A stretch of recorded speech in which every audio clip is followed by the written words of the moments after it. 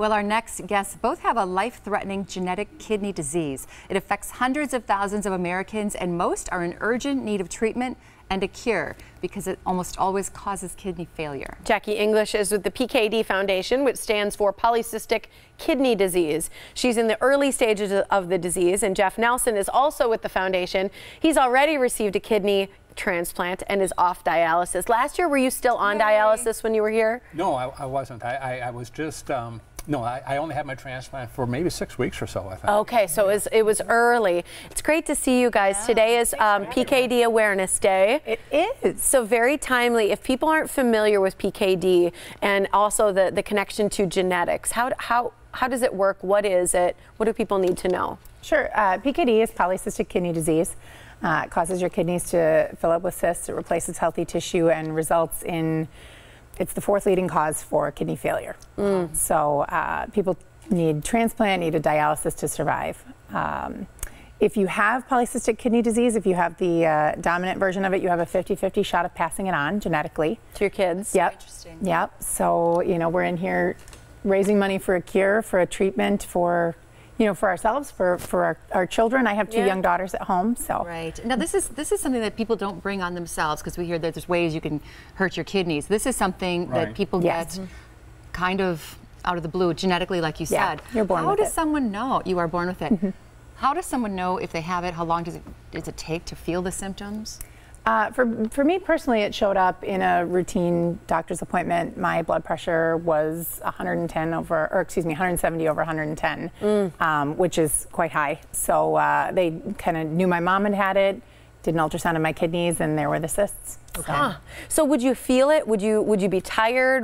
How else would you know? Definitely later. I mean, yeah. I mean, I was diagnosed when I was 40, but I really didn't feel those effects until I was in my early 50s, and then by then my labs were really compromised, and I was on that cusp of almost needing dialysis treatment. And I started dialysis about 2 years later after that. You brought props with you. Yeah, show us what those are, Jeff, because I think this is shocking to people. Me too. It is amazing. I mean, and as Jacque said earlier, the kidneys, they develop these cysts, and so I still have my one left native kidney, and it is the size of a football. It is literally 12 inches long and about 5 And inches is that a normal size of a kidney? Hold that up next to it. So so basically it should look like this. This is what I have now. I've got my new kidney, you know, part way down here. Wow. And then I still have my one inside polycystic kidney disease. Is that kidney still working?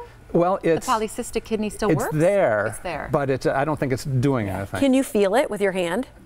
Yes, the doctors know what they're feeling for, so they can palpate it and they can feel the cyst. But would you feel it, like as just a lay person, if you were kind of feeling around on your abdomen, would you know what you were feeling, or would you just think you've got sort of a stomach bloating? Well, but when you've got both kidneys in, like I had, they were actually touching in the middle and pushing out the sides. So that's where the pain starts to come as they start to get larger. And it starts to become, it can become a lifestyle problem for a lot of people. They can't bend over, there's less, and they look like they're overweight. But the kidneys themselves are really the cause of the problems.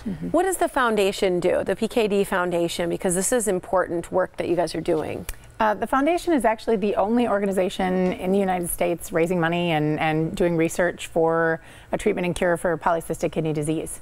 They raise money for advocacy, for education, for treatment. Right now, we have the very first treatment was approved last year through the FDA.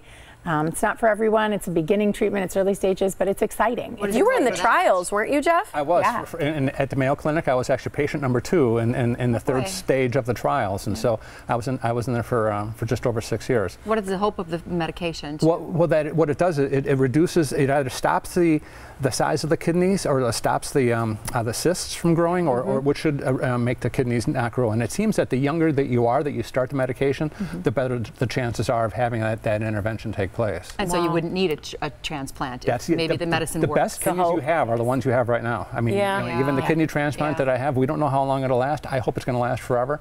But the longer you can make those native kidneys last, and that's where this new treatment is very important. Right? Water is very important, like you said, because it's a good way to keep your kidneys healthy. It is. Exactly. Wash out those wastes and keep your body healthy. The walk is important. That's where people come out, support you. You help raise money to find this research, get these trials, get medications that can helpfully, make a cure or prevention as well. Exactly. Yeah, it's this Sunday. The 9th, registration starts at 8:30. The walk is at 10. At Bayshore Mall, at the Bayshore Town Center. And I can say that the foundation is donating 100% of every single dollar raised towards treatment and cure research. Fantastic. So people need to come out. I know registration starts at 8:30, but again, the walk for PKD is at Bayshore. Sunday the 9th, it's at 10 a.m. that it starts. You've got the Penny Kids Dash at 11:30. Then there's a DJ, refreshments afterward. Visit walkforpkd.org/Milwaukee to find out more. But head on out and support the organization and all the treatment research that you're doing. 100% of those proceeds going to research. So thank you both for being here and sharing your stories, as well as raising awareness. Thanks for having us.